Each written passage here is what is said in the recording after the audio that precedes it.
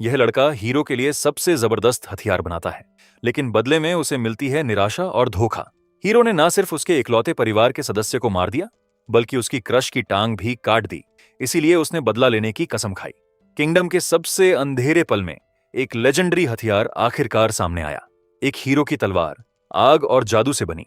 उसे एक योद्धा का इंतजार कर रही थी, जो इसे चलाने के लायक हो और युद्ध की दिशा बदल सके। हालांकि एक औरत तुरंत गुस्से में आ जाती है जब कोई कमेंट करता है कि यह एक साधारण तलवार से ज्यादा कुछ नहीं लगती।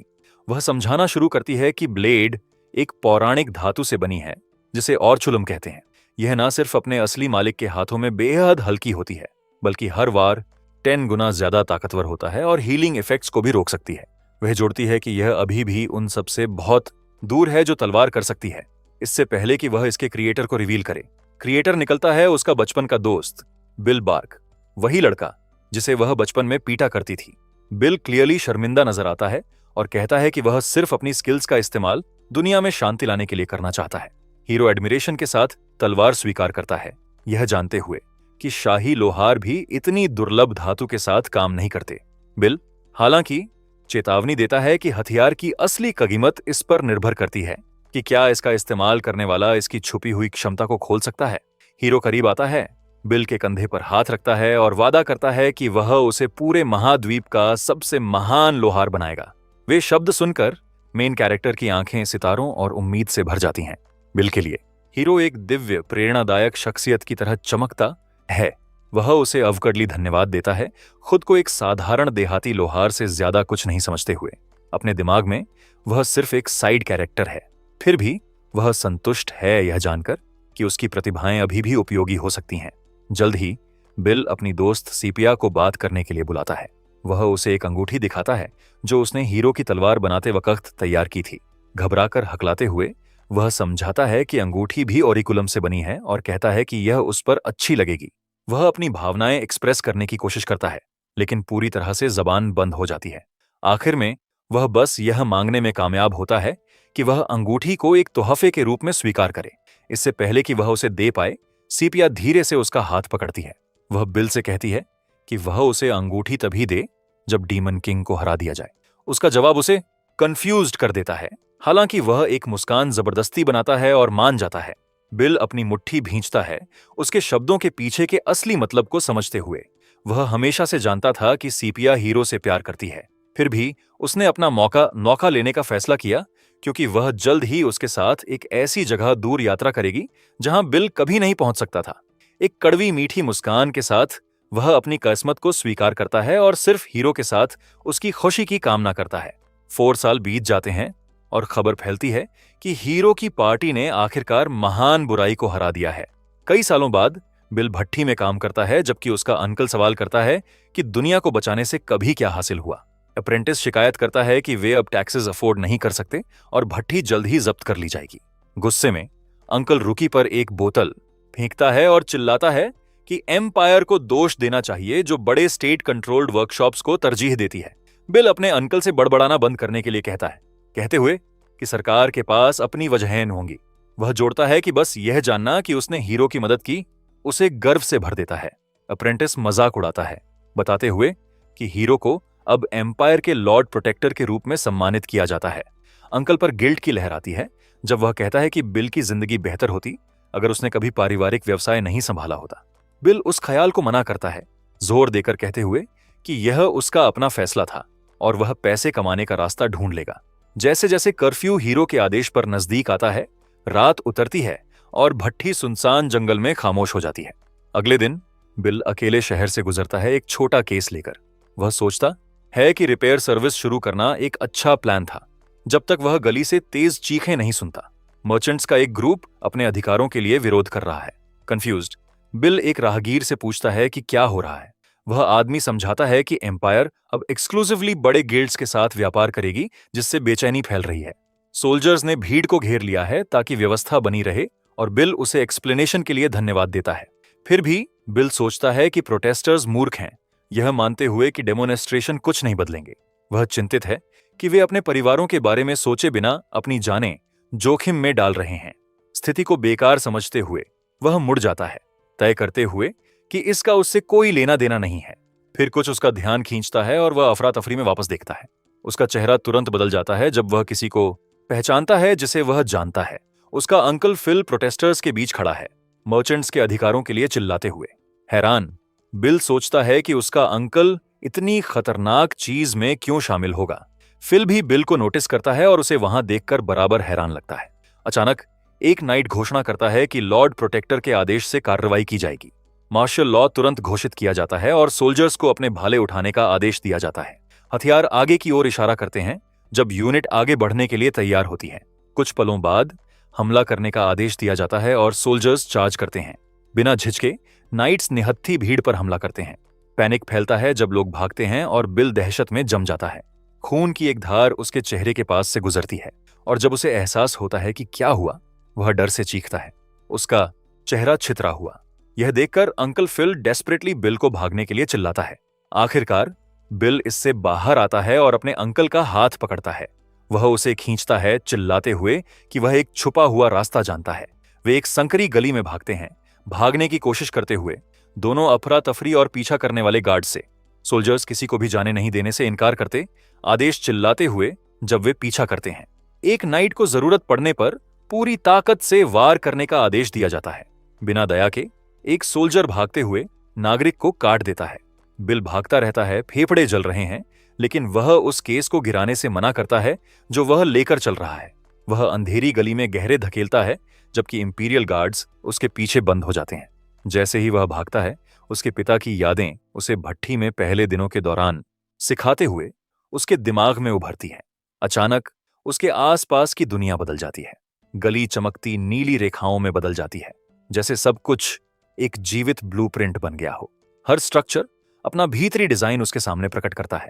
उसकी आंखें नीली रोशनी से चमकती हैं और बिल को एहसास होता है कि सिर्फ वह अकेला ही दुनिया को इस तरह देख सकता है। यह अजीब शक्ति जो किसी और के पास नहीं है, शायद जीवित रहने का उसका इकलौता मौका हो। ध्यान केंद्रित करते हुए वह भागने का रास्ता ढूंढता है। पास की एक दीवार लाल रंग से चमकती है, एक स्ट्रक्चरल कमजोरी को दिखाते हुए। बिना झिझके बिल अपने केस से एक हथौड़ा निकालता है और परफेक्ट प्रिसिजन के साथ उस जगह पर वार करता है। दीवार में से एक रास्ता खुल जाता है और सभी उसमें से भागते हैं, जबकि एक भगोड़ा अविश्वास से पीछे देखता है। टूटी हुई लकड़ी सुलग रही थी, जैसे अंदर से झुलस गई हो। सोल्जर्स चिल्लाते रहते हैं, सभी ट्रेटर्स को एग्जीक्यूट करने का आदेश देते हुए। बिल चिंता से पीछे देखता है, यह जानते हुए कि खतरा अभी खत्म नहीं हुआ है। नाइट्स विद्रोहियों को धमकाते हैं कि रुक जाओ या सजा का सामना करो, लेकिन बिल उन्हें इग्नोर करता है और अपने दिमाग में चुपचाप गिनना शुरू करता है। एक गुस्से में आया सोल्जर चीखता है कि वे सभी पीड़ित होंगे। इस बीच उनके पीछे की दीवार रेत की तरह टूटने लगती है। गिनती 2 पर पहुंचती है जब दरारें चौड़ी फैलती हैं। जब 1 उसके दिमाग में आता है, पूरा स्ट्रक्चर अस्थिर हो जाता है। 0 पर दीवार पूरी तरह से ढह जाती है। लकड़ी का स्ट्रक्चर पीछा करने वाले सोल्जर्स पर गिर जाता है, उन्हें हैरान और कंफ्यूज्ड छोड़ते हुए। अफरा तफरी और धूल का फायदा उठाते हुए बिल और बाकी लोग भाग जाते हैं। आखिरकार वे जंगल में गहरी छिपी भट्ठी तक पहुंच जाते हैं। अंदर बिल कांपता है, बार बार बड़बड़ाते हुए कि शहर में क्या हुआ। वह निराशा में फर्श पर गिर जाता है, जबकि अंकल फिल माफी मांगता है। फिल उसे शांत होने के लिए कहता है और उससे पूछता है कि उसने उन्हें कैसे बचाया। अभी भी हिलता हुआ बिल पूछता है कि प्रोटेस्ट में वहां क्या हुआ था। उसका अंकल मानता है कि वह नहीं जानता, लेकिन सहमत होता है कि एम्पायर की प्रतिक्रिया बहुत ज्यादा थी। वह कहता है कि बिल को अब समझ जाना चाहिए कि सरकार कैसे कमजोरों को जमीन में पीस देती है। अपनी हथेलियां फर्श पर रखते हुए बिल अपने अंकल से गुहार लगाता है कि वह फिर कभी प्रोटेस्ट्स में हिस्सा ना ले। फिल हालांकि पूछता है कि देश का क्या होगा अगर सभी विरोध करना बंद कर दें। अभी भी घुटनों के बल बैठे बिल जवाब देता है कि देश की कसमत लॉर्ड प्रोटेक्टर की जिम्मेदारी है, उसके अंकल की नहीं। वह मानता है कि वह बहुत डरा हुआ है क्योंकि उसके पेरेंट्स युद्ध से कभी वापस नहीं लौटे और उसने पहले ही सीपिया को खो दिया है। फिल चुपचाप सुनता है जब बिल समझाता है कि वह लगातार काम करता है ताकि वे भट्ठी ना खोएं। आंसुओं के साथ बिल पूछता है कि वह क्या करेगा अगर वह अपने अंकल को भी खो दे, कहते हुए कि वह उस दर्द को सहन नहीं कर सकता।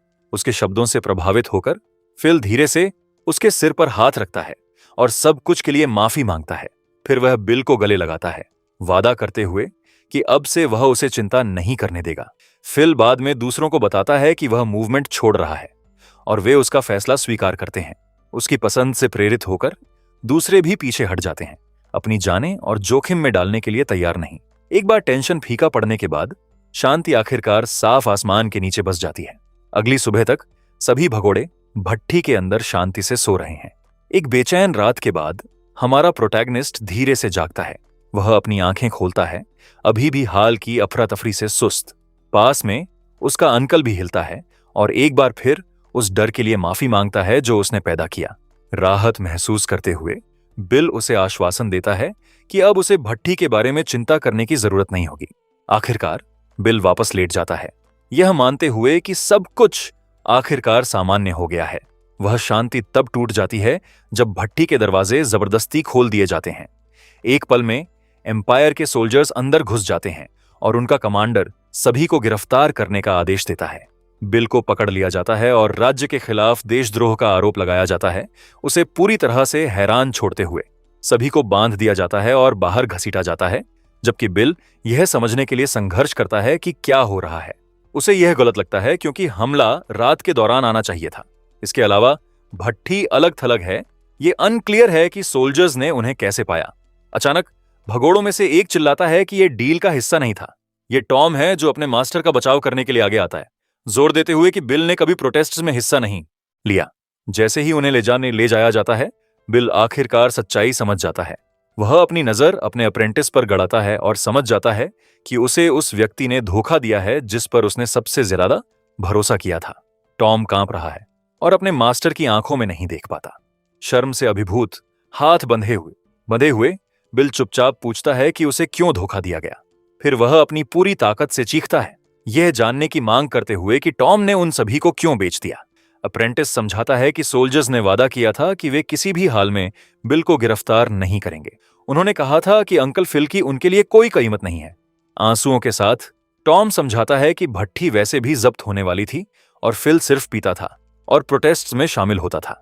उस पर सरकार ने इन्फॉर्मेंट्स को रिवॉर्ड्स की पेशकश की थी। टॉम मानता था कि अगर अंकल को हटा दिया जाए तो भट्ठी को शून्य से फिर से बनाया जा सकता है। अंत में वह मुड़ जाता है, अपने धोखे के लिए माफी मांगते हुए। कुछ समय बाद तुरही की आवाज किसी इंपॉर्टेंट के आने की घोषणा करती है और बिल को एम्पायर के थ्रोन रूम के सामने लाया जाता है। साफ सुथरा और कांपता हुआ वह खड़ा होता है जब लॉर्ड उसे कॉमरेड के रूप में संबोधित करता है।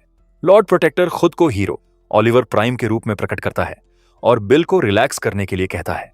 बिल ऑकवर्डली जवाब देता है कि ऐसी जगह पर आराम महसूस करना मुश्किल है। ओलिवर समय बर्बाद नहीं करता और पूछता है कि क्या बिल लोगों की मूवमेंट में शामिल होने के लिए तैयार होगा। घबराते हुए बिल फर्श पर गिर जाता है, खुद को हीरो का एक समर्पित प्रशंसक घोषित करते हुए। ओलिवर हंसता है और टिप्पणी करता है कि बिल उन कुछ लोगों में से एक है जो अभी भी उसे वह कहते हैं।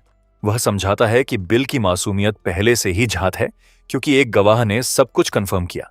बिल राहत की एक बेहद बड़ी भावना महसूस करता है और सोचता है कि उसका नाम साफ करने में किसने मदद की। ओलिवर फिर रिवील करता है कि उसने पर्सनली भट्ठी के कर्ज चुका दिए। बिल को अवाक छोड़ते हुए वह इसे उस आदमी के लिए एक छोटे से फेवर के रूप में डिसमिस करता है जिसने कभी मानवता को बचाया था। दर्शकों के बीच एक आदमी सवाल करता है कि बिल के साथ इतना फेवर क्यों किया जा रहा है। उसका साथी जवाब देता है, दुनिया के 3 सबसे महान मास्टर ब्लैकस्मिथ्स के बारे में बोलते हुए। एक है डीमन रेल्म का साइक्लॉप्स, दूसरा है किंगडम ऑफ एवलीन का वल्कनस और आखिरी है वॉल्टेरन एम्पायर का गोल्डन हैंड जिसे माइडस कहा जाता है। वह रिवील करता है कि उन सभी में सबसे महान बिल बार्क है, मीडस खुद, जिसने हीरो की तलवार बनाई। पहला आदमी इस पर संदेह करता है, यह बताते हुए कि उस किंगडम में अकेले 20 से ज्यादा मास्टर्स हैं। उसका दोस्त जवाब देता है कि बिल विनम्र है, लेकिन सभी जानते हैं कि वह बाकियों से ऊपर खड़ा है। अपनी हिम्मत जुटाते हुए बिल हीरो से कुछ पूछने का फैसला करता है। ओलिवर मुस्कुराता है और उसे स्वतंत्र रूप से बोलने के लिए कहता है। बिल समझाता है कि उसने सेपिया से संपर्क खो दिया है और जानना चाहता है कि वह कैसी है। उसके नाम की आवाज पर ओलिवर की थ्रोन के आर्मरेस्ट पर पकड़ कस जाती है। फिर भी वह कहता है कि वह करंटली एक मिशन पर है और समय पर भट्ठी वापस आएगी। बेहद खुश होकर बिल उसे खबर के लिए धन्यवाद देता है। बिल फिर झिझकते हुए एक आखिरी रिक्वेस्ट लाता है, पूछते हुए कि क्या उसका अंकल उसके साथ घर वापस आ सकता है। ओलिवर का एक्सप्रेशन सीरियस हो जाता है जब वह पूछता है कि बिल क्या करेगा अगर यह पहले से ही बहुत देर हो चुकी हो। बिल शॉक्ड है, मतलब समझने में असमर्थ। अचानक ओलिवर हंसी में फूट पड़ता है, दावा करते हुए कि यह सिर्फ एक खराब मजाक था। बिल कंफ्यूज्ड रहता है, जब पूरा कोर्ट हंसी में शामिल होता है। लॉर्ड प्रोटेक्टर जल्द ही अपना संयम वापस पाता है और मानता है कि मजाक एक गलती थी। वह समझाता है कि जबकि बिल की मासूमियत साबित हो गई है, फिल की अभी तक कंफर्म नहीं हुई है। ऑलिवर माफी मांगता है और वादा करता है कि देखेगा कि क्या किया जा सकता है। आभारी बिल अभी भी हीरो को उम्मीद की किरण के रूप में देखता है। उस दिन से बिल अपने आप को भट्ठी में काम में झोंक देता है, उनकी वापसी का इंतजार करते हुए। वह उदासी की एक चुभन महसूस करता है जब टॉम गायब हो जाता है, सिर्फ एक खत और कुछ पैसे पीछे छोड़ते हुए। फिर भी बिल आगे बढ़ता रहता है, अपने अंकल और सीपिया की खातिर खुद को व्यस्त रखते हुए। दिन तेजी से बीतते हैं जब वह सीपिया के लिए इक्विपमेंट और फिल के लिए वाइन तैयार करता है। अंततः एक फ्रैंटिक एक्सप्रेशन के साथ वह सोचता है कि कितना समय निकल गया है। एक दिन एक दस्तक भट्ठी में खामोशी को तोड़ देती है। आने वाले खुद को इंपीरियल हाउस के सदस्यों के रूप में पहचान कराते हैं, बिल को हैरान करते हुए। बिना झिझके वह उत्साह से भरा दरवाजे की ओर भागता है। वह मानता है कि लंबे समय से प्रतीक्षित पल आखिरकार आ गया है कि वह सीपिया और अंकल फिल के साथ फिर से मिल जाएगा। वह कल्पना करता है कि उसके गियर के बारे में पूछेगा और अपने अंकल के साथ बढ़िया वाइन शेयर करेगा। चमकते हुए बिल उनका स्वागत करने के लिए दरवाजा खोलता है। इसके बजाय उसे एक बंजर मैदान में 2 कॉफिन्स मिलते हैं। पास में सीपिया का एक विकृत वर्जन खड़ा है, जो उनमें से एक के ऊपर लार टपका रहा है, जबकि दूसरा कॉफिन अंकल फिल का है। उस पल में बिल की जिंदगी का सबसे बुरा दिन हमेशा के लिए मुहर लग जाता है। उसकी दुनिया पूरी तरह से टूट जाती है। वह सीपिया को नोटिस करता है और पूछता है कि उसकी टांग का क्या हुआ। उसका स्पेक्ट्रल शरीर तीव्र दर्द और पीड़ा सह रहा है जब तक वह अचानक कॉफिन से नीचे नहीं गिर जाती, अपने आसपास से पूरी तरह अनजान। बिल सवाल करता है कि क्या वह सपना देख रहा है जब वह सीपिया को कॉफिन्स में से एक के खिलाफ झुकी हुई देखता है। वह धीरे से लकड़ी के स्ट्रक्चर की ओर चलता है, अपनी आंखों पर विश्वास करने में असमर्थ। आंसू उसके चेहरे पर बहते हुए वह पूछता है कि उसका अंकल वहां ऐसे क्यों लेटा है। आखिरकार उसने एक महंगा ड्रिंक भी खरीदा था ताकि वे साथ में सेलिब्रेट कर सकें। अचानक हमारा प्रोटैगोनिस्ट बेकाबू हंसी में फूट पड़ता है, जो जल्दी से दर्द और निराशा से भरी चीख में बदल जाती है, जो पूरे कमरे में गूंजती है। वह चीखता रहता है, यह जानने की मांग करते हुए कि उसके साथ ऐसा क्यों हो रहा है। पागलपन से प्रेरित होकर बिल कॉफिन को हिलाना शुरू कर देता है, उसे जागने के लिए गुहार लगाते हुए। दर्द इतना जबरदस्त है कि ऐसा लगता है जैसे उसका अपना मांस फाड़ा जा रहा हो। उसी पल उसे ऑलिवर के सीपिया की मिशन के बारे में झूठ याद आता है। वह झूठा वादा उसके बढ़ते गुस्से को रीडायरेक्ट करता है। उसे वह खाली आश्वासन भी याद आता है कि हीरो उसके अंकल को वापस आने में मदद करेगा। इसके साथ उसका सारा गुस्सा आखिरकार एक क्लियर टारगेट पाता है। घुटनों पर गिरते हुए वह शुद्ध पीड़ा और नफरत की एक आखिरी चीख छोड़ता है। उसकी आंखें शक्ति से चमकती हैं जब उसकी पीड़ा को आखिरकार कहीं जाना मिल जाता है। दृश्य अतीत में शिफ्ट होता है जब ऑलिवर हमारे प्रोटैगनिस्ट को अलविदा कहता है। वह बिल को एक गोल्डन एम्बलम देता है, इस बात के सबूत के रूप में कि वह उसका मेहमान था। ऑलिवर समझाता है कि एम्बलम उसे कासल में जाने या यहां तक कि मार्केट में बेचने की अनुमति देगा। वह मजाक करता है कि ऑब्जेक्ट शुद्ध सोने से बना है और बहुत पैसे का है। बिल एम्बलम को आभार से स्वीकार करता है और वादा करता है कि एक दिन वह फेवर चुकाएगा। वर्तमान में वापस बिल कासल में प्रवेश करने के लिए एम्बलम पेश करता है और गार्ड उसे तुरंत पहचान लेता है, एक ठंडा एक्सप्रेशन पहने हुए। बिल समझाता है कि वह लॉर्ड प्रोटेक्टर की तलवार पर मेंटेनेंस करने आया है। गार्ड उसे इंतजार करने का निर्देश देता है जबकि उसके सुपीरियर्स को सूचित किया जाता है। जैसे ही वह इंतजार करता है, बिल अपने केस को कसकर पकड़ता है। उसका टेंशन क्लियरली विजिबल है। वह कल्पना करना शुरू कर देता है कि हीरो के साथ सीधा कॉन्फ्रंटेशन कैसे सामने आ सकता है। अपने विचारों में बिल एक डेस्परेट असॉल्ट में ऑलिवर की ओर भागता है। हालांकि वह जानता है कि जिंदा सबसे मजबूत आदमी को हराने की संभावना लगभग 0 है। वास्तव में उसके सफल होने की संभावना प्रिसाइजली 0% है।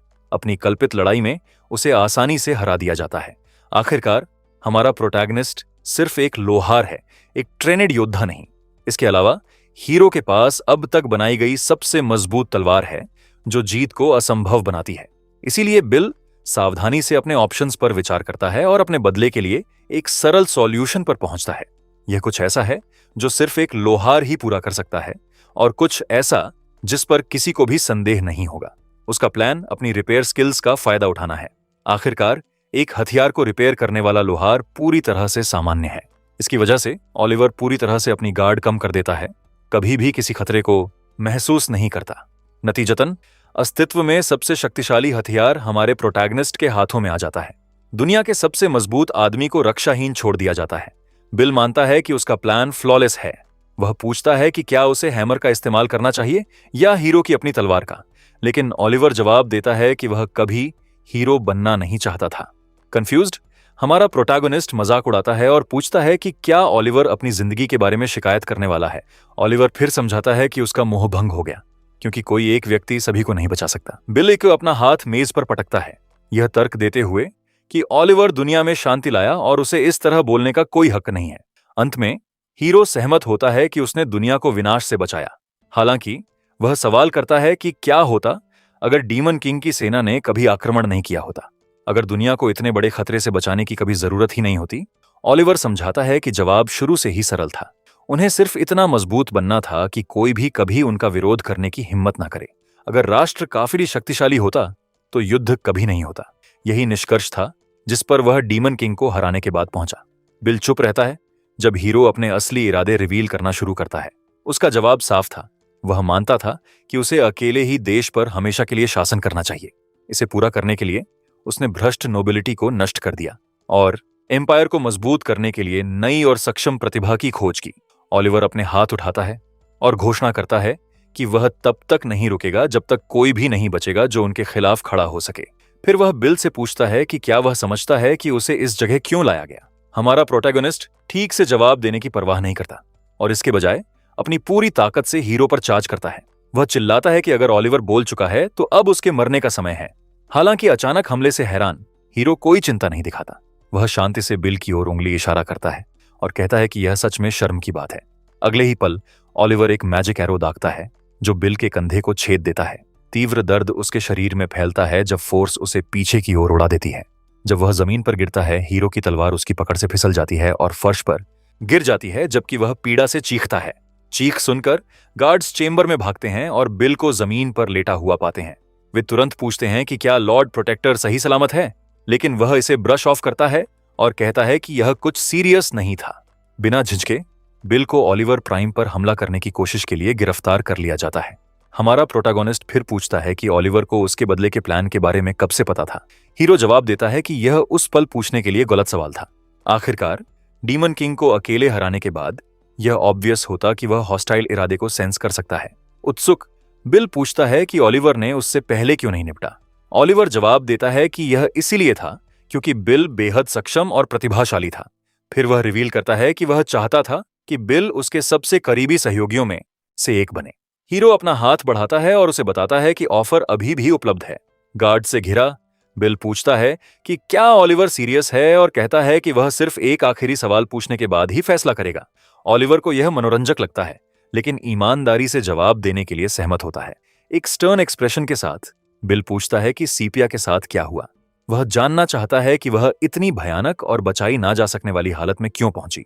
ओलिवर समझाता है कि वह एक एक्सेप्शनल योद्धा थी जिसने 2 लाख डीमंस को हराया। हालांकि डीमन किंग के खिलाफ अंतिम लड़ाई के दौरान उसने अपनी टांग खो दी, फिर भी वह निराशा में नहीं गिरी और साथ में उन्होंने महान बुराई को हराने में कामयाबी हासिल की। एक लंबे और क्रूर युद्ध के बाद शांति आखिरकार दुनिया में वापस आई। वह शांति ज्यादा समय तक नहीं चली।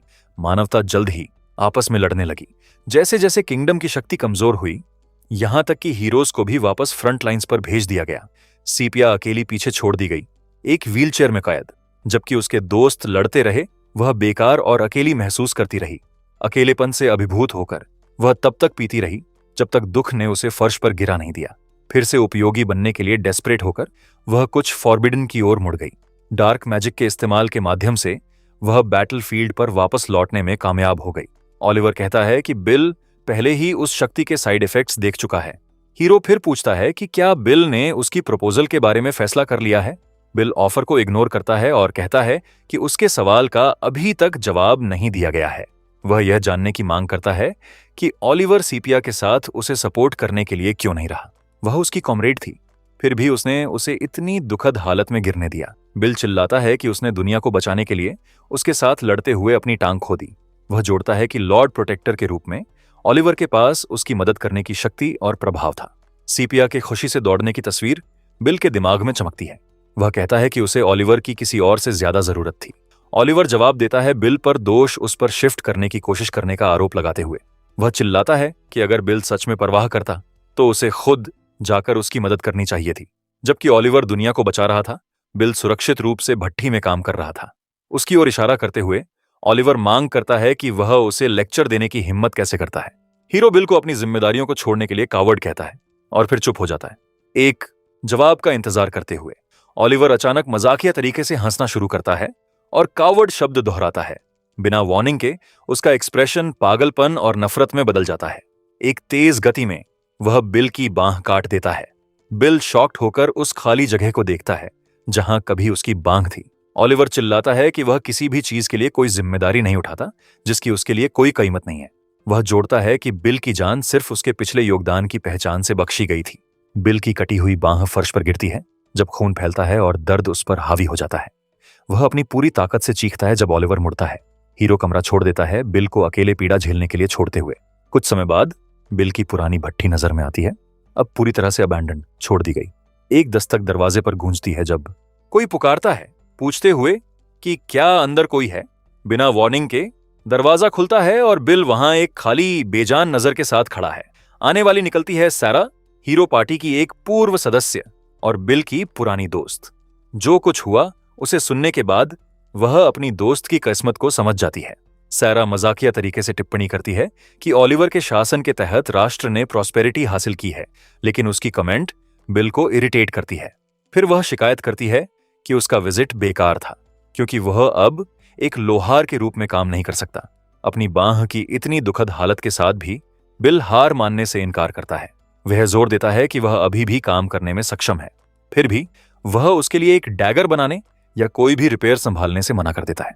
उस बिंदु पर सारा लेट जाती है और कहती है कि यह दुर्भाग्यपूर्ण है क्योंकि उसने सीपिया के बारे में सच्चाई बताने की योजना बनाई थी।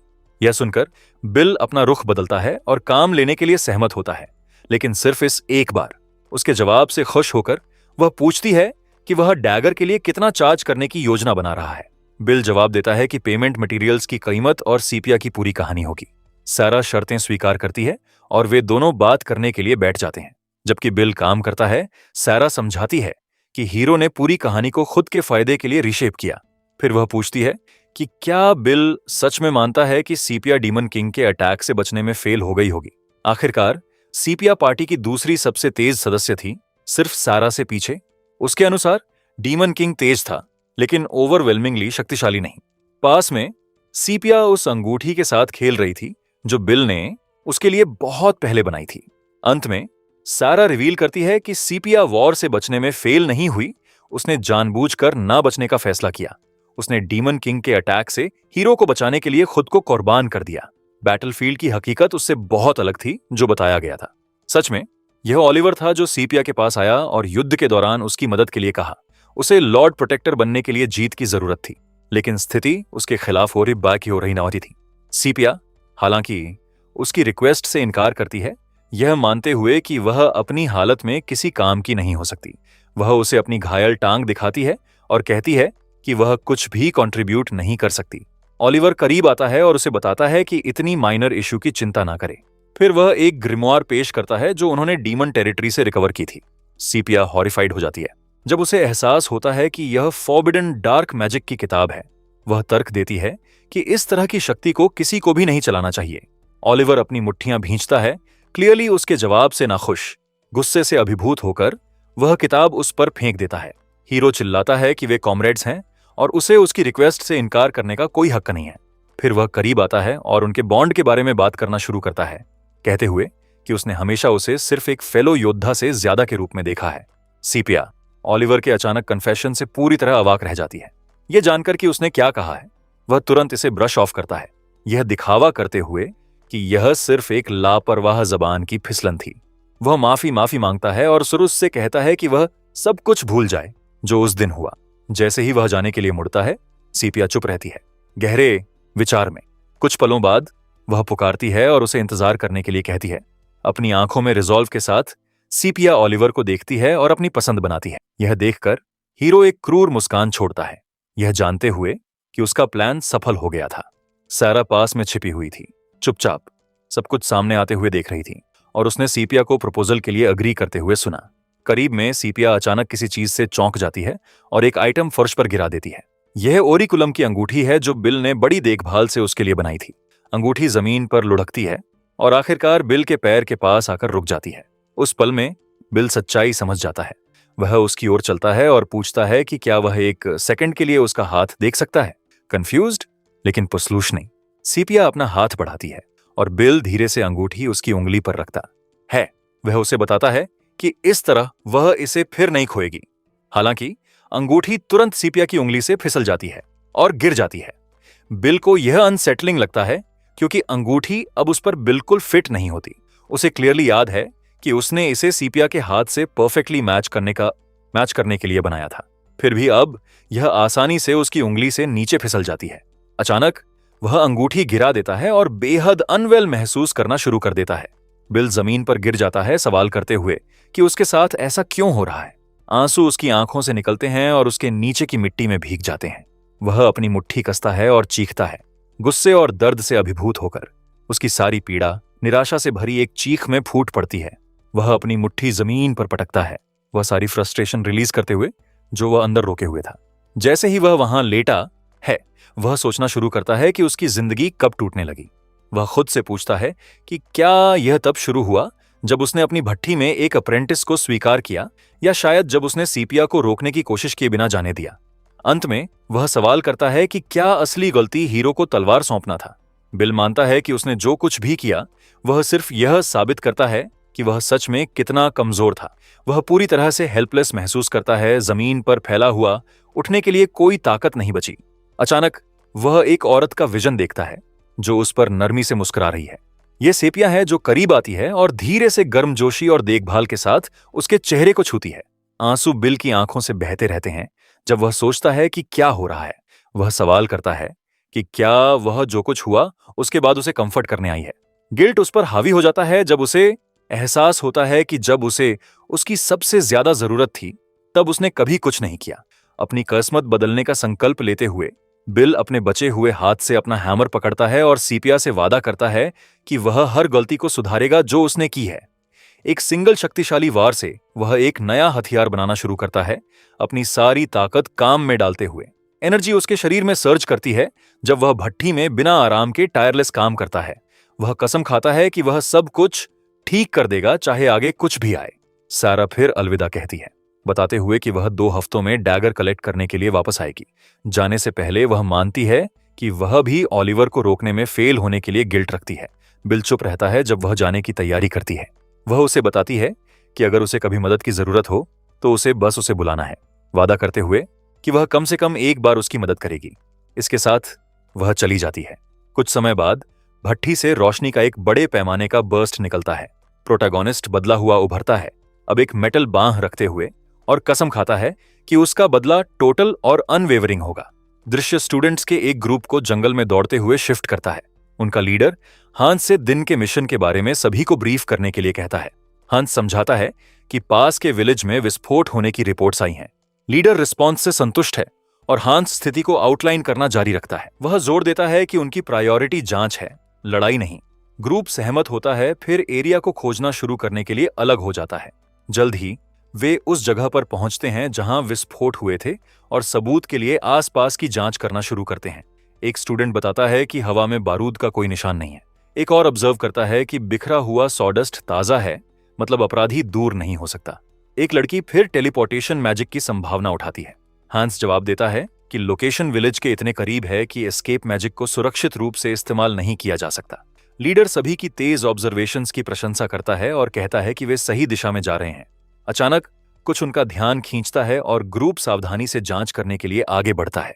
वे पेड़ों के बीच खुद को छिपा लेते हैं और चुपचाप ऑब्जर्व करते हैं कि क्या हो रहा है।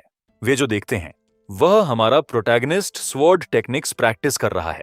वह सिर्फ एक हाथ का इस्तेमाल करके ब्लेड को कंट्रोल करने में संघर्ष करता नजर आता है। बिल ट्रेनिंग करता रहता है, हालांकि उसकी मूवमेंट्स ऑकवर्ड और अनरिफाइंड हैं। हंस मजाक उड़ाता है, शिकायत करते हुए कि टारगेट एक अनुभवहीन सोर्ड्समैन से ज्यादा कुछ नहीं है। वह निराश दिखता है, यह मानते हुए कि उसे एक शक्तिशाली मेज मिलने की उम्मीद थी। हंस टिप्पणी करता है कि बिल की फाइटिंग एबिलिटी एक स्ट्रीट थग से बेहतर नहीं है। लड़की सहमत होती है, कहते हुए कि उससे निपटने के लिए उन तीनों की भी जरूरत नहीं है। एक और स्टूडेंट सहमति में सिर हिलाता है और सरप्राइज अटैक लॉन्च करने की तैयारी करता है। हंस पूछता है कि क्या उनका मिशन अब रिकॉनेसेंस से कैप्चर में शिफ्ट हो गया है। लीडर समझाता है कि सॉलिड प्रूफ के बिना वह ऑफिशियली बिल को क्रिमिनल लेबल नहीं कर सकता। हालांकि फिर वह प्रोटैगनिस्ट के चेहरे वाला एक वांटेड पोस्टर निकालता है। इसे जोर से पढ़ते हुए वह नोट करता है कि बिल एक लोहार है जिसके नाम के साथ कई अनयूजुअल टिप्पणियां जुड़ी हैं। लीडर यह देखकर हैरान है कि बिल पर लॉर्ड प्रोटेक्टर पर हमला करने की कोशिश का आरोप है। वह तुरंत ग्रुप ए को एक कैप्चर ऑपरेशन के लिए तैयार होने का आदेश देता है। वह जोर देता है कि कैप्चर को प्रिफर किया जाता है, लेकिन सभी इंप्लीकेशन समझते हैं। एक स्टूडेंट स्वीकार करता है कि अगर उसे कैप्चर करना फेल होता है तो टारगेट को खत्म करने की परमिशन है। हंस पुनर्विचार करना शुरू करता है, यह समझते हुए कि लॉर्ड प्रोटेक्टर पर हमला करने के आरोप वाला कोई भी बेहद खतरनाक होना चाहिए। लड़की खुद को तैयार करती है और जोर देती है कि उन्हें शुरुआत से ही पूरी ताकत लगानी चाहिए। उस फैसले के साथ 3 स्टूडेंट्स पूरी फोर्स के साथ प्रोटैगनिस्ट की ओर भागते हैं। साथ मिलकर वे बिल को ओवरवेल्म करते हैं और आसानी से उसे जमीन पर गिरा देते हैं। बिल हैरान रह जाता है, यह समझने में असमर्थ कि अभी क्या हुआ। हांस इस बात से अनसेटल्ड है कि बिल कितनी आसानी से हरा दिया गया और संदेह करना शुरू करता है कि वह सच में वह क्रिमिनल है जिसे वे ढूंढ रहे हैं। ग्रुप संक्षेप में विचार करता है कि बिल शायद सिर्फ केस से जुड़ा एक इन्फॉर्मेंट हो सकता है। हांस पेंसिव हो जाता है, स्थिति को तोलते हुए और यह तय करते हुए कि कैसे आगे बढ़ना है। वह आगे चलता है और बिल की तलवार उसके बगल में जमीन पर फेंक देता है। फिर वह बिल को बताता है कि इसे उठाए और एक असली सोर्ड्समैन की तरह मौत का सामना करे। एक मुस्कान के साथ हांस दावा करता है कि यह खुद अगले हीरो से एक दया का कार्य है। बिल एक गुस्से भरी नजर के साथ जवाब देता है। लड़के के अहंकार से क्लियरली इरिटेटेड वह अपनी तलवार उठाता है और हांस को बताता है कि उसने स्थिति को पूरी तरह से गलत समझा है।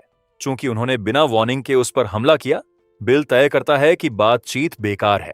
हांस उसे ध्यान से देखने का निर्देश देता है, घोषणा करते हुए कि वह प्रॉपर स्वॉर्ड टेक्निक डिमॉन्स्ट्रेट करने वाला है।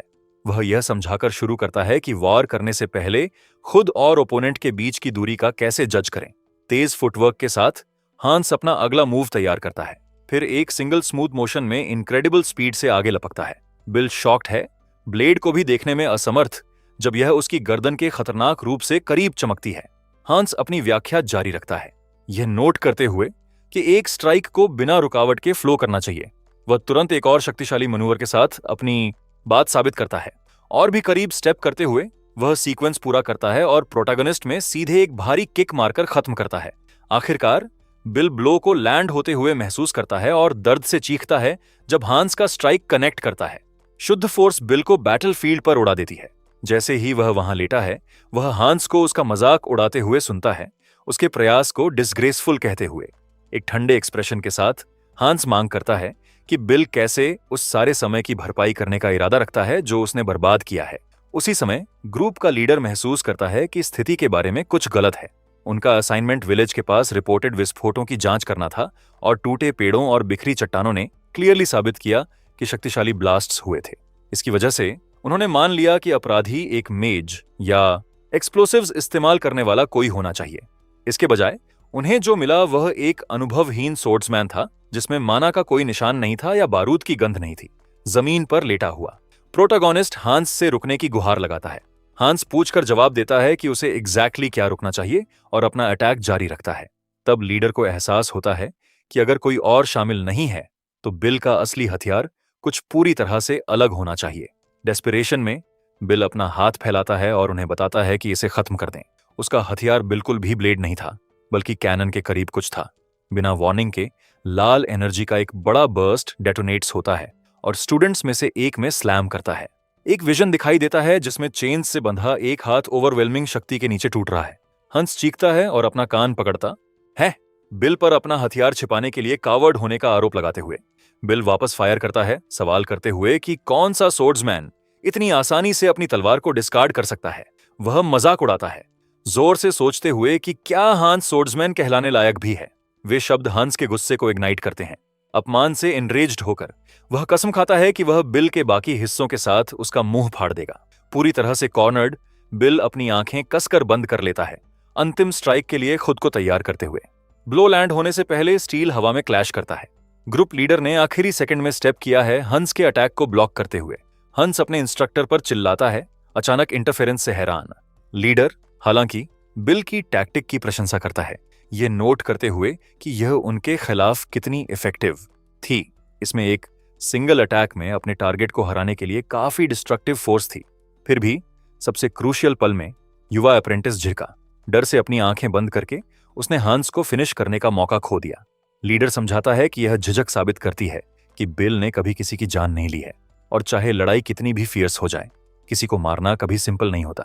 स्टूडेंट्स में से एक शिकायत करता है कि हंस हार के कगार पर था, लेकिन हंस उसे चुप रहने के लिए स्नैप करता है। लीडर फिर सभी को शांत होने और प्रोटैगोनिस्ट को ध्यान से ऑब्जर्व करने का आदेश देता है। वह सवाल करता है कि क्या बिल सच में उनके लिए एक ट्रेनिंग पार्टनर के रूप में सूटेबल है। हंस विरोध करता है, जोर देते हुए कि उन्हें ट्रेन करने का यह मौका पकड़ना चाहिए, लेकिन लीडर बताता है कि शुरुआत से ही बिल ने उनके प्रति कोई हॉस्टिलिटी नहीं दिखाई। असली हॉस्टिलिटी के बिना एक सीरियस फाइट असंभव है। इसके साथ लीडर ग्रुप ए की स्क्वाड 3 को अपने ट्रेनिंग टैलिस्मन्स निकालने का आदेश देता है। बिल कंफ्यूजन में देखता है, उनके उद्देश्य के बारे में अनश्योर। उसे एक क्रिमिनल के रूप में संबोधित करते हुए लीडर पूछता है कि क्या बिल हीरो एकेडमी के करिकुलम से अवेयर है। वह समझाता है कि एक रिक्वायर्ड प्रोग्राम स्टूडेंट्स को बिना झिझके बुराई को मारने के लिए ट्रेन करता है।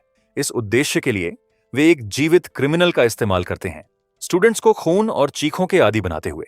इस पर कई स्टूडेंट्स बिल बार्क का नाम पहचानते हैं और कुछ क्रूशल याद करते हैं। उनके प्रैक्टिस असाइनमेंट पर लिस्टेड नाम फिल बार्क था, प्रोटैगोनिस्ट का अंकल। अपने परिवार के बारे में डिस्कस्ड होते हुए समझकर बिल बेकाबू गुस्से की एक दहाड़ छोड़ता है। लीडर एक गंभीर एक्सप्रेशन के साथ अपने संदेह की कंफर्म करता है, फिर भी नोट करता है कि बिल का रिजॉल्व अभी भी अधूरा है। वह देख सकता है कि प्रोटैगनिस्ट अभी भी टॉर्मेंटेड है और अभी तक लड़ने के लिए तैयार नहीं है। फिर बिल अपनी मुट्ठी भींचता है जब आखिरकार समझ उस पर डॉन होती है। स्टूडेंट्स को देखते हुए वह तय करता है कि ओलिवर को हराने के लिए एक एक्सट्रीम चॉइस की जरूरत होगी।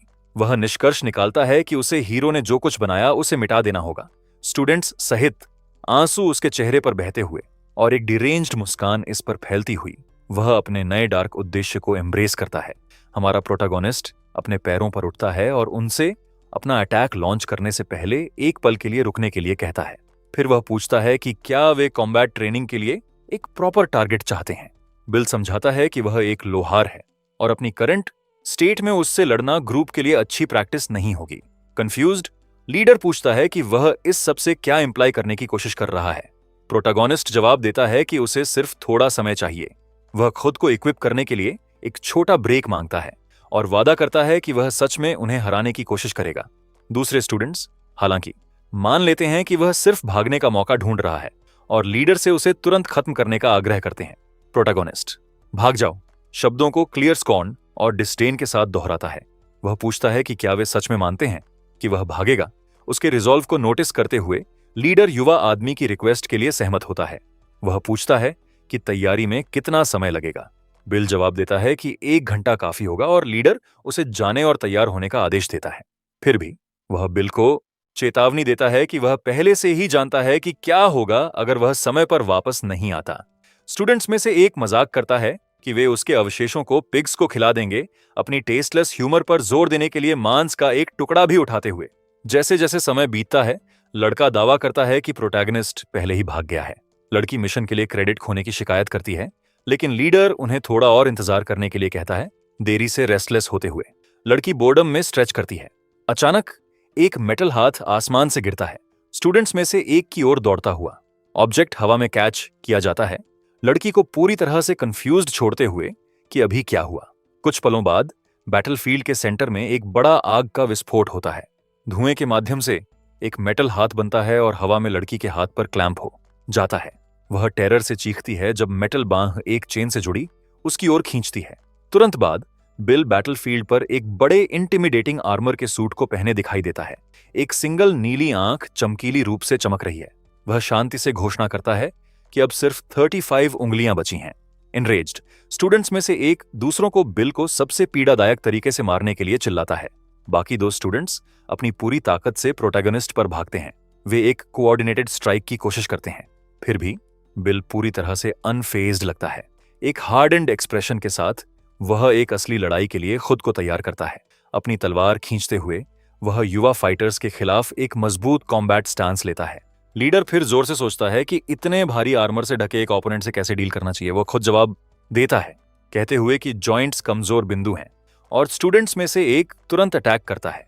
लड़का प्रोटैगोनिस्ट के आर्मर में एक जॉइंट के पास स्ट्राइक करने में कामयाब होता है, क्योंकि कनेक्शंस फैब्रिक या पतली चेन से बने होते हैं। वे इन वल्नरेबल एरियाज को रिलेंटलेसली टारगेट करते हैं, बार बार अटैक करते हुए। फिर भी जॉइंट्स भी ब्लेड को बिल के आर्मर में पियर्स करने की अनुमति नहीं देते। स्टूडेंट हैरान रह जाता है, कभी इतनी ओवरवेलमिंग ड्यूरेबिलिटी की उम्मीद नहीं की थी। इरिटेटेड, लड़की चिल्लाती है कि गेम खत्म हो गया है और आगे चार्ज करती है। वह बिल पर मरने के लिए चीखती है जब वह अटैक में अपनी सारी शक्ति लगाती है, एक मेटल बॉल उसकी ओर फेंकती हुई। बिल जवाब देता है कि वह सीरियसली अटैक करने के बजाय रोकने के लिए बहुत सॉफ्ट हार्टेड है। लीडर बिल को एक मूर्ख कहता है जब उसके पास एक फिनिशिंग ब्लो डिलीवर करने का मौका था, तब भी खुद को रिस्ट्रेन करने के लिए। फ्यूरियस, लड़की प्रोटैगोनिस्ट पर कर्स करती है। लीडर फिर घोषणा करता है कि उसके विपरीत उसके स्टूडेंट्स कभी होल्ड बैक नहीं करते, और एक सिंक्रोनाइज्ड असॉल्ट के साथ वे आखिरकार बिल को जमीन पर गिराने में कामयाब होते हैं। स्टूडेंट्स में से एक अपनी पूरी ताकत से बिल की पीठ पर अपना पैर स्लैम करता है। लड़की दूसरों को भी उस पर कदम रखने का आदेश देती है, उसे मजबूती से जमीन पर पिन करने के लिए तय होकर। जल्द ही वे हमारे प्रोटैगनिस्ट के आर्मर पर बेरहमी से पैर मारना शुरू कर देते हैं। फिर भी उनके बीच डाउट्स उठते हैं जब वे सवाल करते हैं कि क्या उनके अटैक्स कुछ भी कर रहे हैं। एक स्टूडेंट फिर बिल के आर्मर के जॉइंट्स को डिस्ट्रॉय करने का सुझाव देता है। हमारा प्रोटैगनिस्ट मजाक उड़ाता है, कमेंट करते हुए कि जो हीरो बनने की इच्छा रखते हैं उन्हें एक ओपोनेंट के खिलाफ 3 लोगों को गैंग अप करने की जरूरत नहीं होनी चाहिए। स्टूडेंट इसे डिसमिस करता है और अटैक जारी रखता है, बिल को पीछे से रिस्ट्रेन करते हुए। एक और स्टूडेंट अचानक जोड़ता है कि यह सिर्फ ट्रेनिंग है और बिल को इसे पर्सनली नहीं लेने के लिए कहता है। बिल अपना सिर उठाता है और उन्हें नफरत और कड़वाहट से भरी आंखों से देखता है। यहां तक कि जब वह जमीन पर लेटा है, स्टूडेंट्स में से एक दोहराता है कि उसे इसे पर्सनली नहीं लेना चाहिए। ठीक उसके बाद बिल अपनी बीच की उंगली सीधे लड़की के चेहरे में उठाता है। उसी पल बिल का आर्मर चमकना शुरू करता है जब एक इंटरनल मैकेनिज्म एक्टिवेट होता है। बिना वार्निंग के तेज मेटल की स्पाइक्स उसके आर्मर के हर हिस्से से बाहर बर्स्ट करती हैं। उसे पकड़ने वाले स्टूडेंट्स स्क्यूवर्ड हो जाते हैं और पीड़ा में चीखते हैं, पूरी तरह से ऑफ गार्ड पकड़े गए। बिल शांति से कहता है कि जॉइंट्स को टारगेट करना कुछ ऐसा था जिसकी उसने पहले से ही एंटिसिपेट की थी। वह अपना सिर लीडर की ओर घुमाता है और पूछता है कि वह कब आखिरकार स्टेप इन करने की योजना बना रहा है। लीडर अपने पीछे इशारा करता है और बाकी स्टूडेंट्स पूरी फोर्स के साथ हमारे प्रोटोगनिस्ट की ओर भागते हैं। इरिटेटेड, बिल एकेडमी स्टूडेंट्स से लड़ने के लिए खुद को तैयार करता है। हालांकि उनकी मूवमेंट्स तेज हैं और वे आसानी से उसके स्ट्राइक से बच जाते हैं। बिल फिर से स्विंग करता है, लेकिन स्टूडेंट्स में से एक साफ तरीके से उसके ऊपर से वॉल्ट करता है। अनॉयंस बिल के चेहरे पर फ्लैश करता है जब वह शिकायत करता है कि उसकी तलवार उन तक नहीं पहुंच सकती। वह सोचता है कि वह कैसे बदला लेने वाला है अगर वह एक मियर स्टूडेंट पर भी वार नहीं कर सकता। फिर वह सवाल करता है कि उसकी ब्लेड कभी हीरो ओलिवर तक कैसे पहुंचेगी। एक सांस लेते हुए वह अपनी इमोशंस का अध्ययन करता है और खुद को याद दिलाता है कि जल्दबाजी ना करे। उसकी आंखें चमकती हैं जब वह रिफ्लेक्ट करता है कि कॉम्बैट एक भट्ठी में स्टील बनाने जैसा है। आप एक सिंगल हैमर ब्लो से मेटल को शेप नहीं कर सकते। आप एक बार स्ट्राइक करते हैं, फिर अपनी सारी ताकत से दोबारा, और फिर से स्ट्राइक करते हैं जब तक स्टील आखिरकार उस फॉर्म में नहीं मुड़ जाता जो आप चाहते हैं। वह नॉन स्टॉप लड़ता और डिफेंड करता रहता है, कभी भी खुद को आराम का एक पल नहीं देता। पावर हर क्लैश के साथ जमा होती है और उसकी तलवार एक इंटेंस चमक के साथ चमकना शुरू करती है। हमारा प्रोटैगनिस्ट हथियार को कसकर पकड़ता है, धैर्य से परफेक्ट ओपनिंग का इंतजार करते हुए। आखिरकार वह एक स्ट्राइक अनलीश करता है जो आसपास में एक बड़ी शॉकवेव भेजता है। एक स्टूडेंट मजाक उड़ाता है, दावा करते हुए कि यह एक लकी ग्रेज से ज्यादा कुछ नहीं था। एक और लड़का फिर हांस और लिन से पूछता है कि उन्हें लड़ाई को कैसे खत्म करना चाहिए। बिल इंटरप्ट करता है, कहते हुए कि उसके पास पहले से ही सब कुछ डिसाइसिवली खत्म करने का एक प्लान है। कुछ पलों बाद कई ऑब्जेक्ट्स उसके आर्मर से ग्रुप की ओर शूट करते हैं। वे हवा में उड़ते हैं और बैटलफील्ड पर बिखर जाते हैं, स्टूडेंट्स के चारों ओर एक पेरीमीटर बनाते हुए। अगले ही पल ऑब्जेक्ट्स एक नेट में अनफोल्ड होते हैं जो लिन को एंसनेयर करता है, उसे पूरी तरह से ट्रैप करते हुए। बिल घोषणा करता है कि एक ओजर की रॉ स्ट्रेंथ भी उस नेट को फाड़ नहीं सकती। स्टूडेंट्स में से एक चिल्लाता है कि अगर वे जल्द वापस नहीं आते तो एकेडमी रीइंफोर्समेंट्स भेजेगी। आत्मविश्वास से मुस्कुराते हुए वह कहता है कि समय उनके पक्ष में है और बिल का कोई चांस नहीं है। जवाब में बिल नेट को आसानी से काट देता है और पूछता है कि क्या वे सच में मानते थे कि उसने उस पॉसिबिलिटी को ओवरलुक किया था। फिर वह पूछता है कि क्या वे समझते हैं कि उसने ट्रैप एक्टिवेट करने के लिए अब तक क्यों इंतजार किया। सच्चाई यह है कि बिल को भी कॉम्बैट प्रैक्टिस की जरूरत थी और वह इसे प्रोवाइड करने के लिए उन्हें धन्यवाद देता है। एक स्टूडेंट मर्सी की गुहार लगाता है, लेकिन बिल ठंडे तरीके से जवाब देता है कि वह उंगलियां लेने से शुरू करेगा। घबराते हुए लड़का बिल से तुरंत अपना हाथ हटाने के लिए चीखता है। डेस्परेट होकर वह मदद के लिए अपने लीडर को पुकारता है। लीडर शांति से जवाब देता है कि स्टूडेंट पहले ही टेस्ट पास कर चुका है। तुरंत बाद लड़के को एक तेज प्रिसाइज स्ट्राइक से खामोश कर दिया जाता है। खून बिल के आर्मर पर छितरता है जब वह बिना एक्सप्रेशन के देखता है। लीडर फिर हमारे प्रोटैगनिस्ट का सामना करता है और उसे बताता है कि उसने भी टेस्ट पास कर लिया है। एक पागल मुस्कान पहने वह लड़ाई में उसके आउटस्टैंडिंग परफॉर्मेंस के लिए बिल को बधाई देता है। यह क्लियर हो जाता है कि सभी अन्य स्टूडेंट्स भी नेट में फंस गए हैं।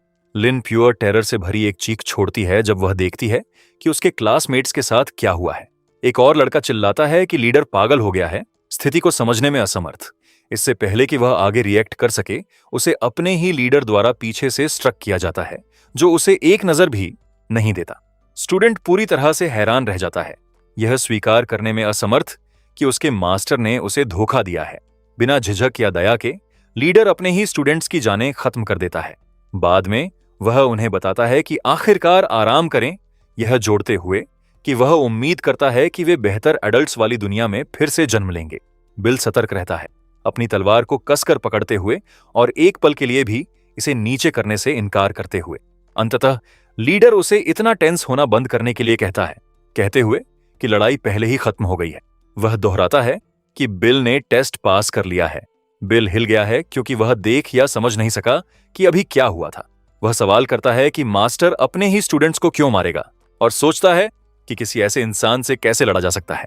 फिर भी वह खुद को तैयार करता है, यह जानते हुए कि कॉन्फ्रंटेशन अभी सच में खत्म नहीं हुआ है। लीडर दावा करता है कि एक मिसअंडरस्टैंडिंग हुई है और जोर देता है कि बच्चे उस किस्मत के हकदार हैं।